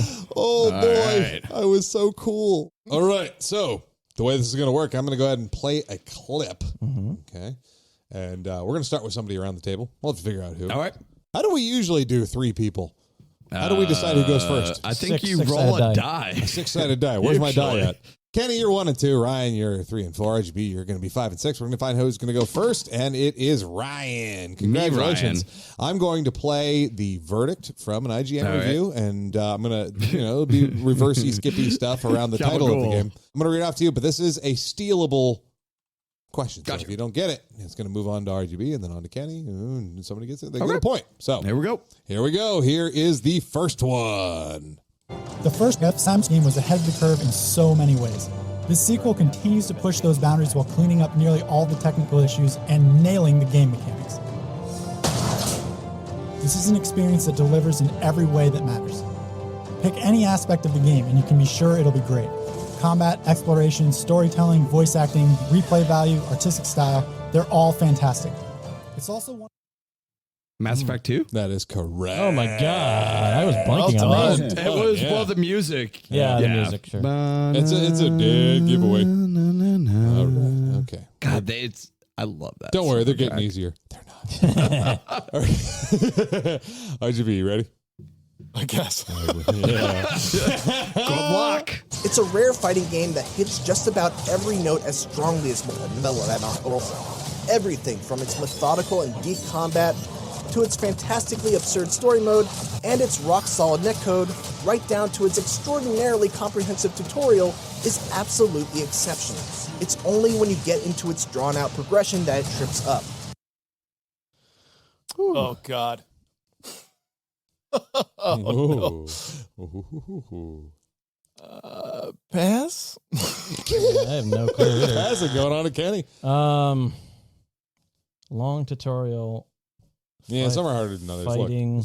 that's just the way these reviews are going to work. Yeah. There's no particular order. Some are going to be easier. Street Fighter 5. No. I don't know. Ryan, you got any ideas? Is it Mortal Kombat 11? It is Mortal Kombat What? 11. Oh my Holy god. shit. Holy Jesus shit. Christmas. His he said convoluted story, right? Yeah. Oh, yeah, that story was fucking convoluted. Wow. Well done, brother. All right. All right, story. Kenny, you ready? Yeah, let's Here we do go, baby. The divide between the highs and lows in the Dark Cell is staggering. For every wonderful moment of absolute beauty and emotional attachment to his lifelike companion, there's an equal and opposite baffling moment that ruins the mood with frustrating controls and camera angles. But I found myself willing to put up with all of these hiccups if it meant experiencing another moment like this. Oh no. Companion. Oh, I can see the confidence in Ryan's face. And it hurts. I'm thinking it, but maybe. I don't know. Something about a companion and frustrating camera angles and controls. I know exactly a game that would be that. Camera angles. BioShock Infinite. I don't know. I'm afraid that's incorrect. Ryan, any guesses? The Last Guardian? Oh my God, Ryan Jeez, is destroying this game so far. That had the worst camera angles. But it's Team Eco. Team Eco, man. Shadow of the Colossus. I think we found Ryan's niche. Yeah. Here comes Ryan's question. Oh boy. It's a tough one. Oh, okay. Falcar succeeds in transporting the Falcar formula back in time and comes to the table with a quiver full of neat ideas and a dangerous and fascinating open world. The visceral and varied combat is fun, the beast-based gameplay is a winner, and the lure of camp claiming, gear crafting, beast hunting, and resource gathering remains irresistible. It is undermined, however. It's distracting. It's like beer pong here. Tim's rubbing his nipple. Hey, I am not. That's disgusting. What's your guess? So he said quiver. So I'm gonna just guess Horizon Forbidden West. No, very nice. All right. You got any guesses? Wrong franchise. There, I'll throw that out there. I think I know what it is after that. Then RGB, it's on you. Nothing. I got nothing. Beast. I hear. I don't know if they say beast hunting and camps. so you got to go with Monster Hunter World. No, I'm afraid not. That's Far Cry Primal. Son of a Far Cry. Oh no, not that game. Oh. Not Far Cry Primal. All right, it's going on to RGB here. Here we go, bud.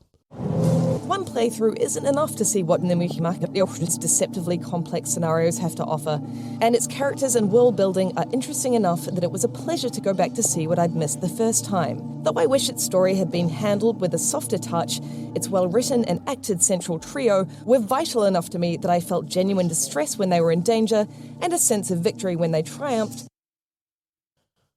I am awful at this game. Well, I've driven off the cliff with you. Don't worry. I also have 0. Come on, Thelma. Come on, Louise. All right, for what it's worth, I'm really good at this. It's because I made it. Do you want to guess? It's RGB, yeah. Yeah. No, I got nothing. I think I might know this one. Go for it, man. Maybe. Do it. Near Automata. No. Why? I was so confident. I was so confident. They said trio in there. But there's 3. Well, whatever. Okay. What you got, guys? So I'm going to go with... God dang. Fuck, man. I don't know. Grand Theft Auto 5. No, afraid not. This was a callback to last episode. This is Detroit Become Human. Oh, there was 3. That's right. Was a trio. That's a callback. It is a callback. Tis a callback. Hey, shout out to Emily. Hey. My turn? Yeah. Okay. All right. Ready? I'm going to get one. Here we go. This is the perfect one for you. Good. Takes everything that made the original great and expands upon each of those individual aspects without ever overcomplicating the elegant retro simplicity of its 2D platforming. The possibilities for interactions between yourself, your enemies, and the environment are virtually limitless. Yep. I got it. Oh, no. I don't. Gotta listen to your heart. Gonna tell you what to do. Tom Petty. Yeah. I think it is Tom Petty. There's my retro platforming experience. sequel that was better than the first one. Yep. Perhaps. Uh-oh. Platformer. Uh-oh. Uh-oh. Definitely. He doesn't know. Definitely. I don't. Call it. Yeah, I don't know. Ryan? Splunky 2. That is correct. Holy shit. Amazing. Dude. I don't know those. I play Splunky with podcasts on. I don't know the music. If Ryan ends up with like 3 more, I'm going to call this game. Are you going to just call it an upset rule? Do I get double points for that victory? Here it is. It's a cliche. It really is something that needs to be played to fully grasp an understanding of. It's unlike anything else. An ambitious project that's been expertly brought to life by Media Molecule, and an audacious experiment in game design that gives you endless ways to enjoy your time with it. The creation tools allow for ultimate expression, despite there being a few controller-related challenges to work around, but never enough to deter. Finally one I know. Fucking A, man. It's one you know. It's one I can't. Media Molecule, though. Mm-hmm. Controller related, and you can create your own levels and stages. It sounds like I don't know. Pass. I'm not going to give anyone a clue. All right, RGB, what do you like? Little Big Planet. Kenny. Dreams. That is correct. There you go. Thank you. I got a point. I totally forgot about Media Molecule and Dreams. Dreams. Still never played that game, but I've seen a lot of interesting creations from it. Fun stuff. I played. I remember I played the Sonic game where you play as the ugly Sonic. And all it is a level where you play as him, and it just plays Gangster's Paradise. That's awesome. It was so funny. Oh man! All right, here you go, RGB. Here's yours. Though it clearly draws inspiration from Minecraft, Mayar more than holds its own with an emphasis on 2D combat and resource hunting adventure that delightfully taps into 90s era 16-bit nostalgia. There's just so much to do here that you can sink a ridiculous number of hours into exploring and shaping your own world, and still only scratch the surface of what Zahara has to offer. Zahara. I think I know this one. Dragon Quest Builders. No, Close. Terraria. That is correct. Terraria. Have you played Terraria, RGB? I have not. No. Oh boy, that's a really fun game. Actually. They kind of nailed it. Like as far as like retro style, but also kind of here's all the things we've learned. You like Minecraft? Okay, cool. We're gonna add more fun elements. Here's the 2D version. Here's the 2D with more fun. Yeah, pretty much. What if it was Minecraft but fun?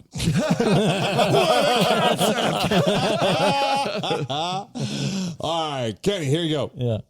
Their brutal breakneck speed and precision-based rhythm action kept me entranced for all 9 of its nightmarish stages, which contained enough nuanced high-score chasing tricks to demand several replays already. For more... Oh, no. This was a tougher one. I'll go ahead and admit that one. My instinct is Metal Hellsinger, but that hasn't been reviewed yet because it's not out for another month. It's a good instinct. It has. Don't blow this for us, Gene. Unless they were reviewing the demo. It's a rhythm, fast-paced, rhythmy, hellish. Metal Hellsinger. No. I don't know. Is it my game of the year, Neon White? Nope. No? All right. Damn it. IGB? Pass. What is it? Thumper. Thumper. Yeah, I would Yeah, know. yeah. Thumper. All right. Just- Yeah, I don't know why I threw that one in there. Rhythm Just games did. are not my forte. In That was retrospect, I feel bad about it's that. like a horror-based game, too. Nope. Is it not? No, I don't think so. Oh, I thought that was okay. Maybe not. Maybe not. Minus 5 points. Oh, We got a couple more here. Yeah, let's do Ryan, it. here we go. Slow word. Tricky exploration and puzzle solving is definitely an acquired taste. Its specific brand of active storytelling differs wildly from highly guided open worlds that many of us think of when discussing nonlinear gameplay. Though it can be confounding when events don't unfold as intended, the feeling of discovering something new about the story or following the facts as something totally unexpected far outweighs those hiccups. I know the reviewer. That was Damon Hatfield. Oh. You get a point. No, not really. Come on, Ryan. You got this. What? Professor Layton. I don't know. Yeah, afraid not. IGB? Psychonauts 2. No. Close. So that was a good guess. So close. So close. Kenny? Man, I barely paid attention. I'm going to say Life is Strange. Outer Wilds is correct. It made it sound like it was an actual like point and click adventure game by that review. IGB, here you go. The greatest achievement is creatively telling a story without any of the tools we'd usually consider essential. There's no dialogue, very little text, and no visible characters. All you have to work with is a series of rooms, dozens of boxes, and the year in which each stage takes place. From there, it's Oh, God.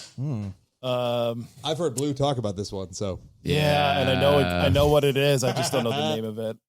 Let's give him like close enough. Oh, I know what it is too. I don't know the name either. I don't want Kenny to get it. No, though. I don't know the name either, but I know what they're talking about.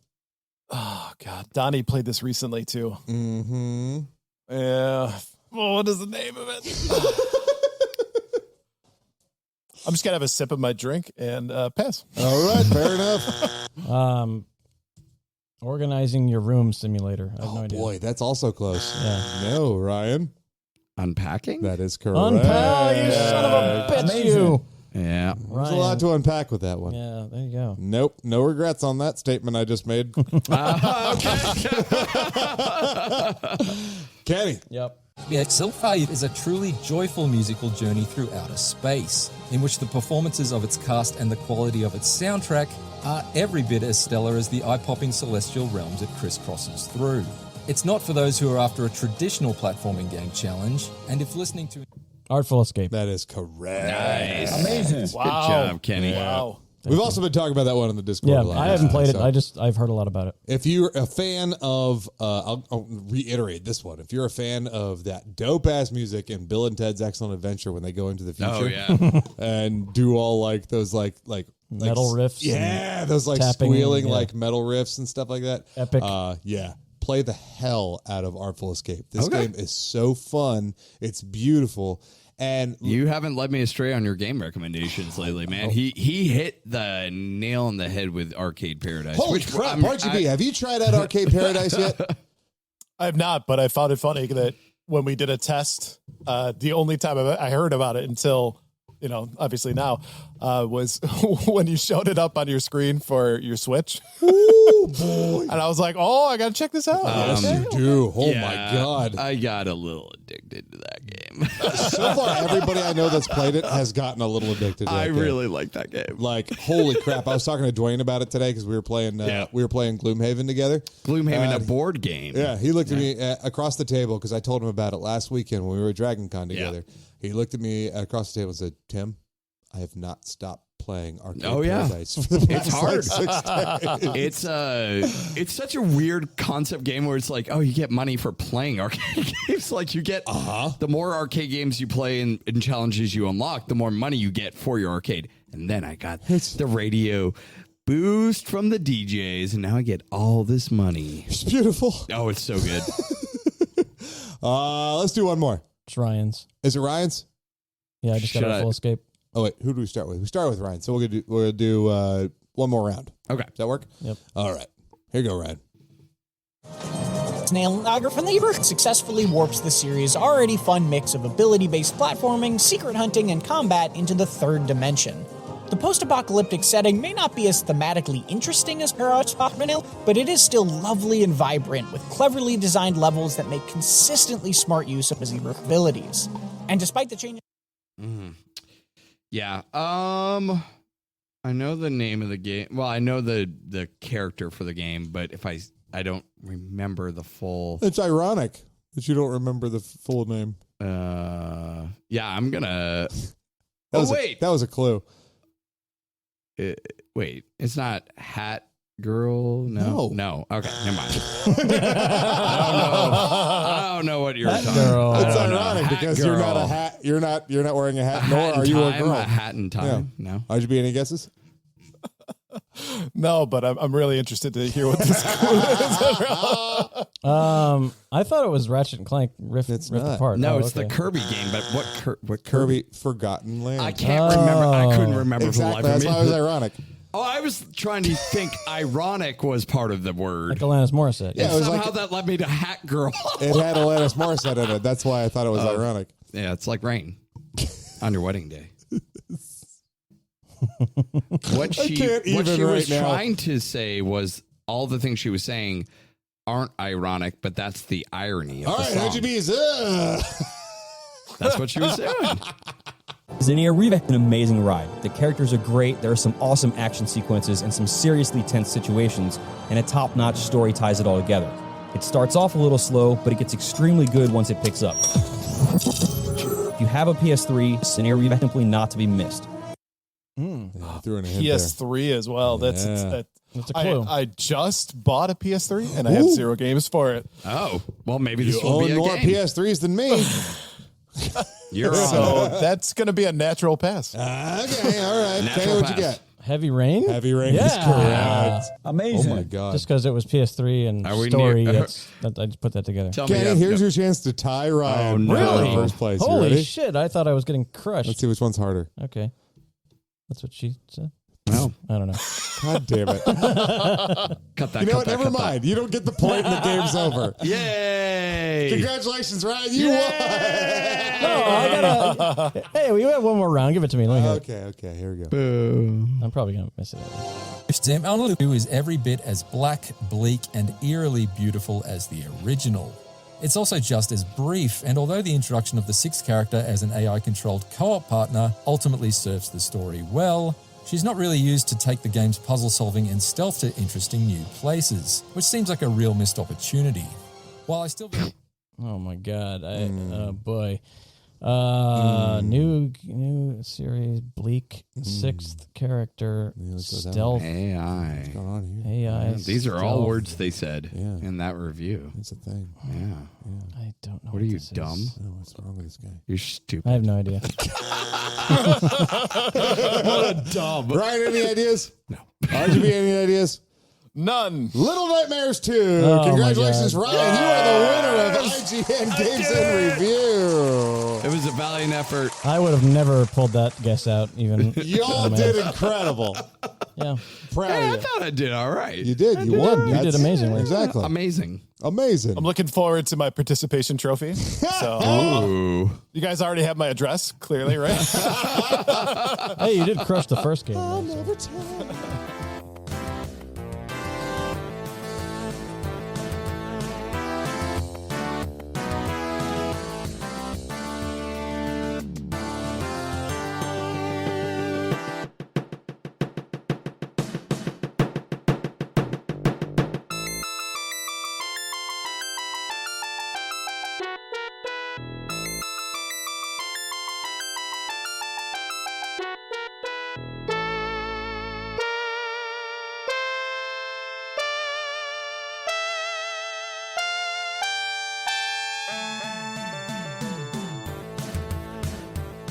Now is the time in the show where we go around the table and talk about one thing from the week that we were psyched about, be it a game, a movie, a TV show, a book, whatever it might be. Could be a hobby, could be an action, could be a thought, a dream, whatever. It's your flavor of the week. Flavor of the week. Herbert is my flavor of the week. What? Who would like to I'll volunteer? go ahead and All right. just knock this one Go out. ahead and knock that one out, bud. I've had a lot of good things happen to me this week. I had a show last night, which was a lot of fun. Woo! I started a new game called Opus Magnum. That was a lot of fun. You should check that out if that's you like. the one on Game Pass. If you like The Incredible Machine and or you like Factorio, then check out Opus Magnum. But I was at Dragon Con. This guy, 4 or Dragon 5 Con. days straight, and that was my flavor of the week. That's it. Next. Wow. Okay. Nothing else, huh? Nothing else happened. Oh, man, let me tell you, I've got so many cosplay pics. If you check out our Discord channel, if anybody's listening right now wants to know more about that, you can go to Discord. There's a whole channel to all the pictures I took. We should actually From on Dragon Con. our webpage create like have spots for like the cosplay photos and stuff. Yeah, like you that. should go ahead and do that. Yeah. how does one? I know AHREF equals in parentheses There and we put a go. link. Yeah, go do that. Yeah. Okay. I go to a notepad and I go Leetist HTML. I don't know. It was just like a big, beautiful nerd festival. You know what I mean? Like It is anything fantastic. anything you've ever been interested in nerd culture was present there.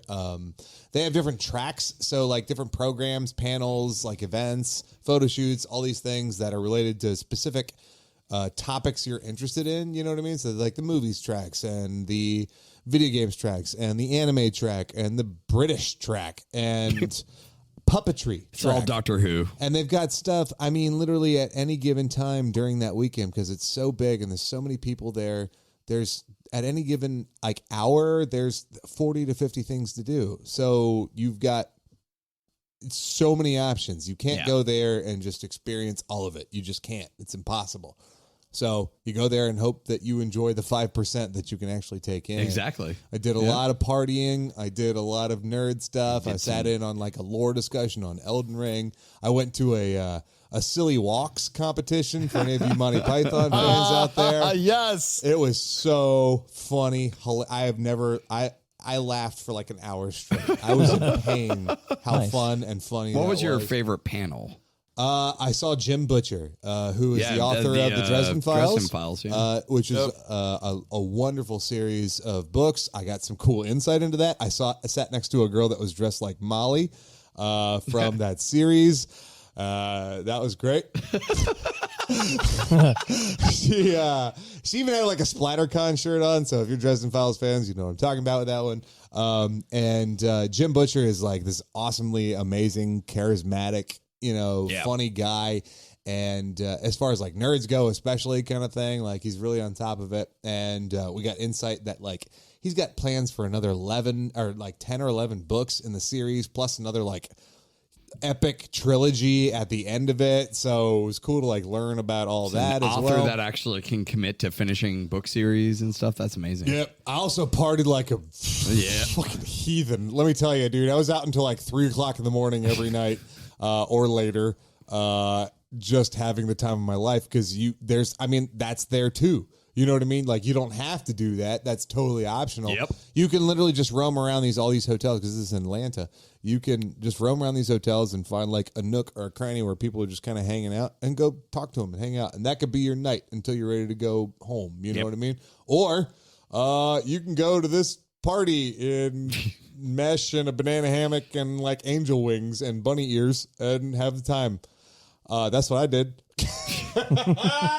Yeah, it's such a weird amalgamation of like different nerd cultures, like in niches and stuff like that. from like literature to film to television to even like music, like even EDM and like weird like fucking. Hell yeah. I mean, it's cool, man. That's what I like about it. It's for being weird for weird's sake, and that's what Dragon Con kind of embraces and celebrates it. I bought my ticket for next year on Sunday of the occasion. A lot of people do that. Like I have a lot of friends that go every year, and they're like at the end of the Dragon Con, they're like, "Yeah, I'm buying another one." I am very ready. So that was definitely. Speaking of weird, did you guys see the early reviews for the Weird Al movie? I did. I really want to watch it. Are they weird? I'm ready. They're amazing. Everyone says it's great. Yeah.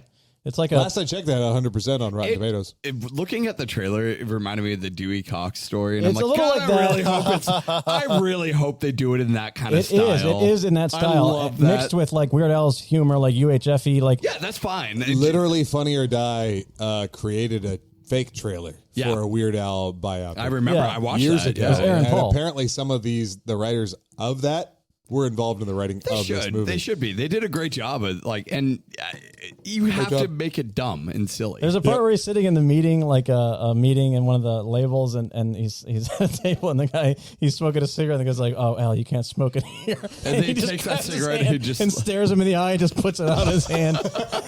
It's just like, it's weird. Like I remember, part of the trailer was like he wants to be an improv comedian, with his music, and he's like listening to My Sharona. Yeah, that's like total. Looking at the baloney. That's like total UHF humor, and I love it. I can't wait for it. So dumb. I'm also really psyched for Clerks 3, but that's just me because I've heard good things. What's your flavor? My flavor. I beat a game last night. Oh, can you believe it? You'll be really excited about it. It's called The Last of Us Part 1. How does the same game hold up? What year is it? I figured out who this game is for. It's for me. Kenny. Yeah, it's for Kenny. people who are big fans of this game, and probably for people who, when the show comes out in a few, half a year or whenever, that they're going to be like, I want to play The Last of Us now because I see this. Oh, here it is in a nice shiny package with the newest graphics. Sure. And the gameplay has not changed. I mean, I was disappointed at first hearing about no dodging, no prone, no it does not feel much different. That but would involve work on the team's part to do that. playing through the entire game again, just made me realize how crazy it is that I like this game so much, because it's like the antithesis of games that I usually like. And I'm finding myself like walking cinematically like I did in like Red Dead, maybe, you know what I mean? Yeah. Like, which I never do in games, just to like look at the environment and look at everything. And like when you're walking into a room where a family has left a note and they had to put down all their kids before they turn into zombies, and they're in a corner in a pile under a blanket with this fucking torn up apocalyptic room and the note and everything. And I just get so immersed in this game, like not like any other story in a game for me. And when it's like nice shiny graphics now, and it feels so much more, I don't know. That's why I think it was worth it, for me to grab this. I'm happy you're happy. Yeah, it was amazing. And it still blows my mind that I like that game so much. $70 because the gameplay is not spent. amazing. It's like the environments and the story and the acting, obviously. Not that many games have acting like that. Sure. That caliber. Yeah, that they did, 11 years ago. Yeah. Yeah. And it's still just even more immersive. Brian, Jesus Christ, stop shitting on his happy week. What the hell, man? I'm not going to shit on him being happy. I'm going to shit on a game developer fucking just cash grabbing this shit. I don't care. I think that's a bonus discussion. Oh, man, I would make it fucking talk all day about that shit. RGB, what's your flavor of the week? So two things. So for one, Splatoon 3 is coming out.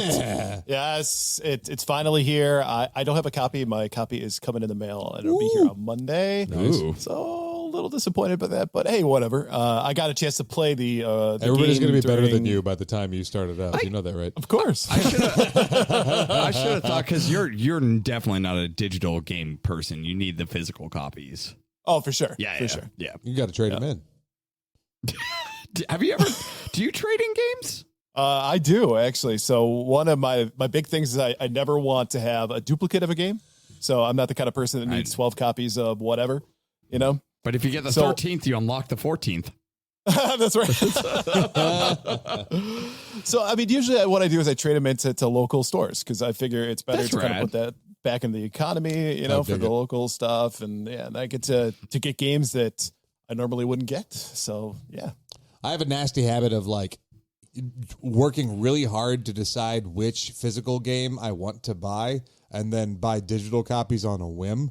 And I end up like trading in the games I end up liking the most, because I took the most time to figure out that I would really like to play them, and end up regretting. I should be doing the opposite. I should be going to GameStop and being all willy-nilly about what I pick up for super cheap, and actually like paying the full price and loving and cherishing the things that I buy online. The natural inclination seems like the opposite. I did the same thing for God of War, which I got rid of on accident. On purpose, but I wish I hadn't. No, I don't want to tell you. RDR2. I think I even gave away Breath of the Wild, and these are all three of those games are games I absolutely love and regret having sold. Oh well, whatever. Splatoon 3. So, and you've talked about it. I mean, you're a pretty big Splatoon fan, aren't you?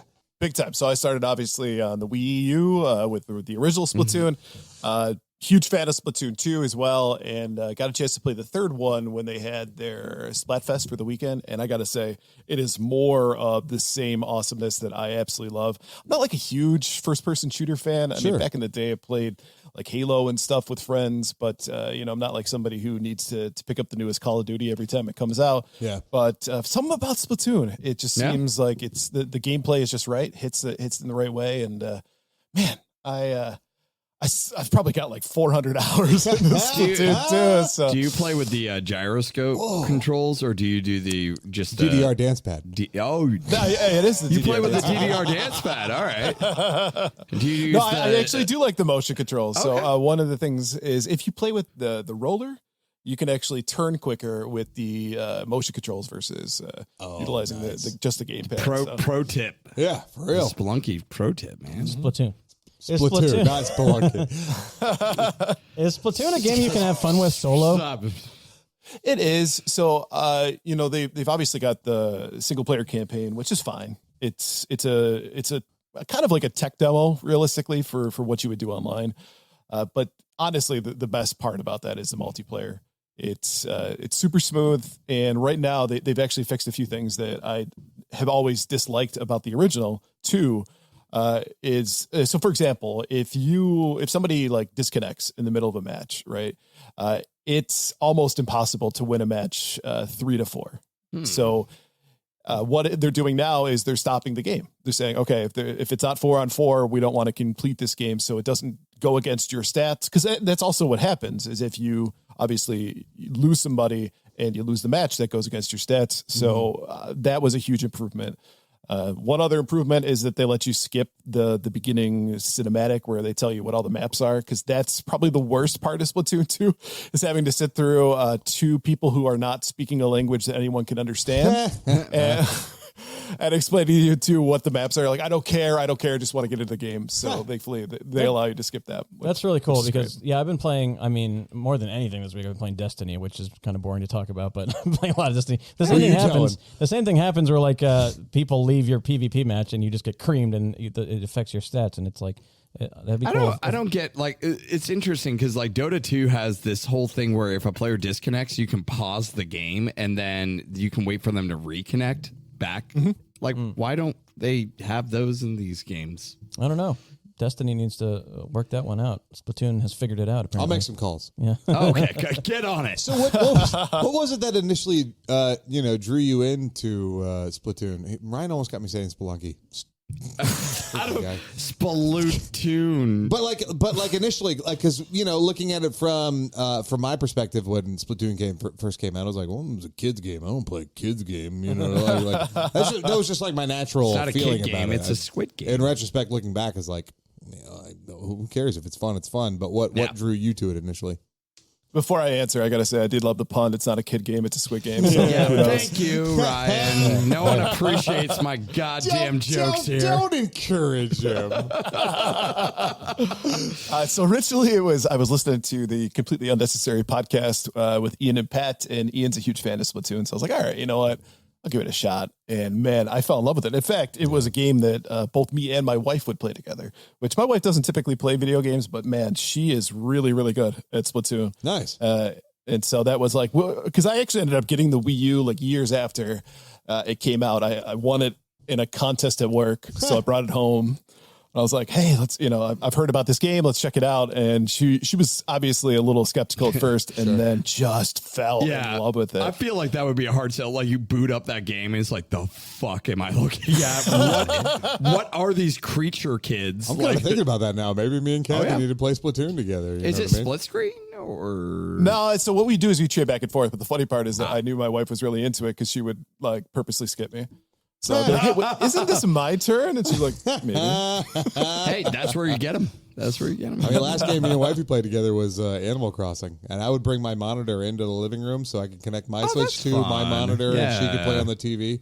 and play that. Did you together. visit each other's islands? Oh, for sure. And then here's all my fruit. Especially for the turnips. That was good I would stuff. love if Animal Crossing had this feature though, where you can bring an invasive species into the other person's game, and, just leave it somewhere and then see what happens to their island. That's terrible. I've never played a Splatoon game. I'm kind of interested now. Yeah, I kind of am too. I've never heard anyone say Splatoon is super fun. So nobody our age, at least. Yeah, you know what I mean. I want to try it. I'm for it. All right, I've gotten no less than 4 people into Splatoon. So. Oh, nice. Get it? That's Dennis the Menace. Ryan, what is your flavor of the week? Was that Dennis the Menace? It was. Did you make that up? No, you did. That wasn't a thing. That wasn't a thing Dennis the Menace ever said. All right, Ryan, what do you got? What is happening? There's paint and wood. Jesus Christ. Go on. All right. Video game wise, I cannot praise Arcade Paradise enough. I cannot praise Tim enough for introducing this amazing game into my life, and I have absolutely enjoyed every single bit of playing that game. It is. I do what I can for the good of the people. Oh man, you described it. I love because when he first was describing, he was talking about the washing machine stuff, and you're like, "Oh, that's boring. Yeah. What the fuck are you talking?" It's like, yeah, but then you do this and you do that, and it's like he started adding the shit. He knows how to hook me. He knows how to. It's like fucking give me the crack. Built All it right. up. Yeah, but. Flavor, I will say I had a really good time with a bunch of friends. We went to Asheville, North Carolina, and enjoyed just kind of hanging out and seeing what Asheville has to offer. I guess their slogan is "Stay Weird," which I really like, and I wish Nashville would take that. How many cities at this point have a slogan that's "Stay Weird"? A lot of cities have that. Did not know that. Portland, Oregon, I think has Portland, "Stay I think Weird." Austin does the same has thing. it too. Yeah. I Stay hipster. Well, I saw a sign that said "Stay Weird." I'm like, oh man, I want that sign. That's a really cool sign. They're like, yeah, it's our slogan. I'm like, oh well, no. That's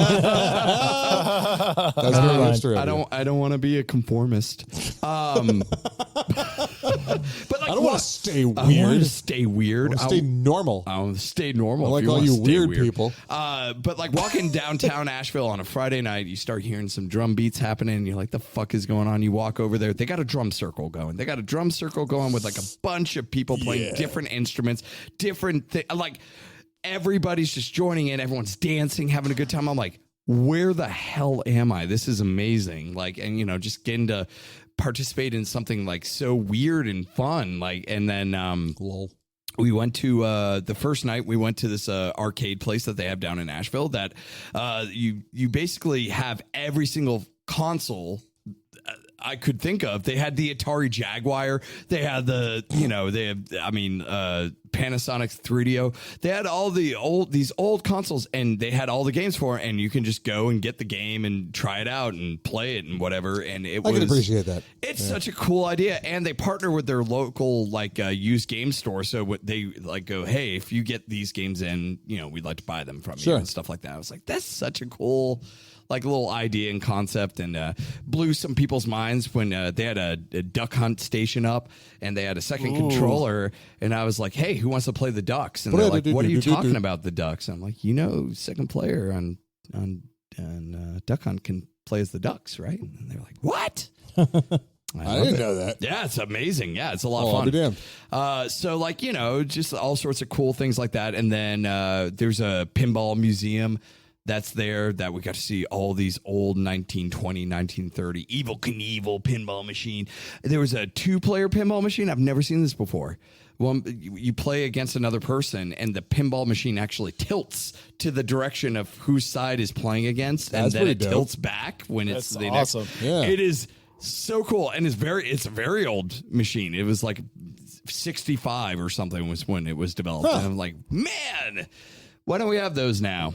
And then they had a lunchbox museum, which was really fun to go through. And they had all sorts of old lunchboxes. Of course they did. And it was funny because Emily, who is one of the friends that went with me, last episode. She Emily was the 5,000 1,000th customer and got a free lunchbox. Oh, wow. Yeah. No such thing as a free lunchbox. I know. It was weird. Amazing. They had some really cool artwork. Kyle got me a early birthday present. My birthday's tomorrow. Just for you guys listening. Oh, mine was when Tuesday. you're listening to this one, that was 2 days ago. It was 2 days ago. But they had this transition poster that Except for our patrons, it's today. So kick me a little money, patrons. They already are. Stop asking for more. But they had this transition poster of the 3 starter Pokemon that had like all 3 evolutions. So when you look at it at the left side, you see Charmander, Charmeleon, Charizard. Then the other side is Bulbasaur, and the next side is Squirtle. I loved it. I was like, I need that. Nice. So yeah, I got that, and that was a lot of fun. Sounds like a Blastoise. Yeah, it was a Blastoise. Oh, the master of puns returns. Thank you. Yeah. Awesome. Yeah, it was fun. That was the flavors. That was the flavors. Wow. Oh my God. Guys, we made it. Tim, though, I did want to ask you, apparently there was a snafu with the trivia question. Yeah, I heard Gamers Week last week. So, look, I do my best. What's happening? I am not a perfect. I'm not a perfect person. All right, now, Kenny, you have to find the really retro version of that song. So I made this clue up version of that song. to bring Gamers Week folks over to here, because that's what we do.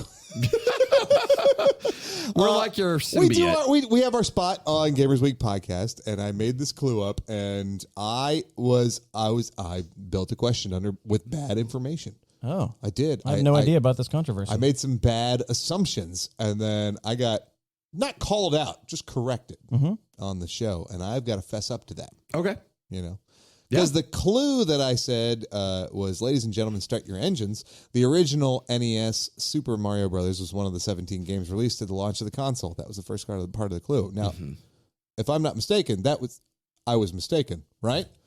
That is incorrect. You're right. Mario Kart was not one of the original 17. So here's my gripe. Why didn't you tell me before?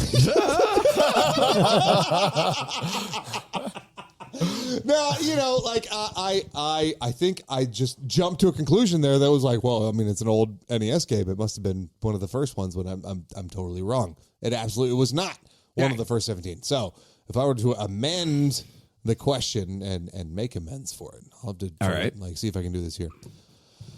The original NES. Okay, so here was the clue that if you came here from Gamers Week podcast, here was the clue we gave in the show.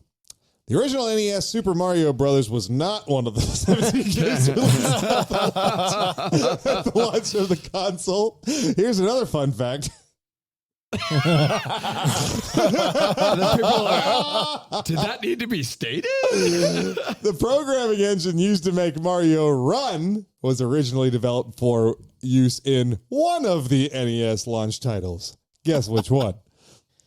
NES? Yeah. Oh.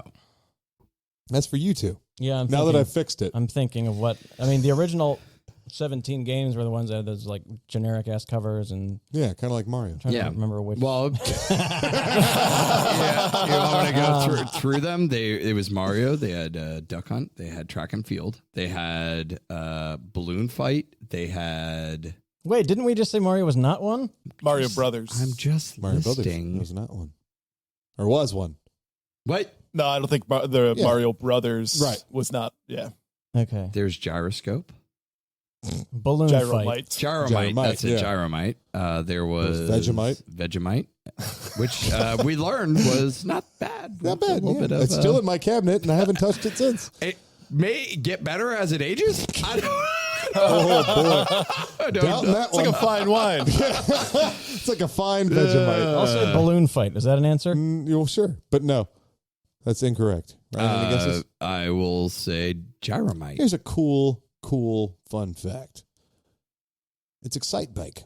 Which kind of reminds it kind of rhymes with Gyromite.